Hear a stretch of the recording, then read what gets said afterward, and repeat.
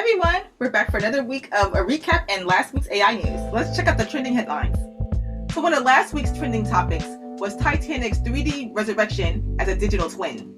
Yeah, so National Geographic unveiled a groundbreaking 3D digital twin of the Titanic, constructed from over 700,000 underwater scans. So this high-resolution model offers unprecedented insights into the ship's final moments and confirming historical accounts and revealing new details about the iceberg's impact and structural failures. Yeah, so this is exciting news for me, especially hearing all about the digital twins, visiting GTC, and what an amazing use case for it. I love Titanic. It's my favorite movie of all time, and after the movie, I became obsessed with researching Titanic and, every year during the anniversary, just seeing what new details we discover. Yeah, so I watched the National Geographic special, and I was really amazed about how detailed it was, the digital twin, and how it can be used to further enhance research without going down to the wreckage of the Titanic, which has unfortunately caused a lot of damage to the ship itself. Kuaishou Technology, a Chinese company, just launched Kling AI 2.0, the latest version of their AI video generation tools. And they're claiming the title of world's most powerful AI video generator. So the reason for this claim is they're boasting that their model has enhanced motion quality, semantic responsiveness, and visual aesthetics that outperform competitors like Google and Runway Gen 4 models in benchmarks. So I was excited for this tool. I've seen it all over my feed of people generating anime characters into anime figurines, as well as enhancing things like movie scenes and then replacing the actors. Right. So I think that this is going to be something that's going to take over our feed very soon. There's limitations. You can only generate a 5 to 10 second video, which obviously isn't something that you see on TikTok. Usually you're seeing something like 30 seconds or a minute. But once we get there, I think that this is going to be something that takes over our feed in terms of content.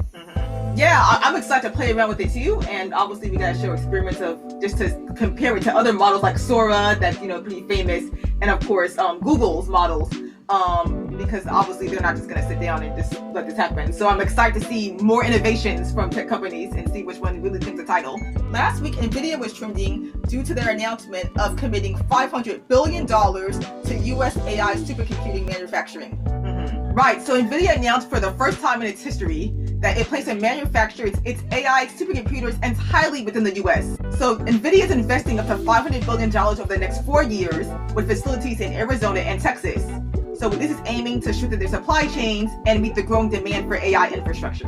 But I think we also know why they're doing this. I think the timing isn't lost on anyone, with everyone watching the trade wars, the tariffs, and everything that's been going on. And it's impacted a lot of companies like Apple, Nintendo, and of course Nvidia. So I think that this is a way to mitigate, uncertainty in the landscape in the future, because depending on the administration, this may or may not impact business and supply chain issues.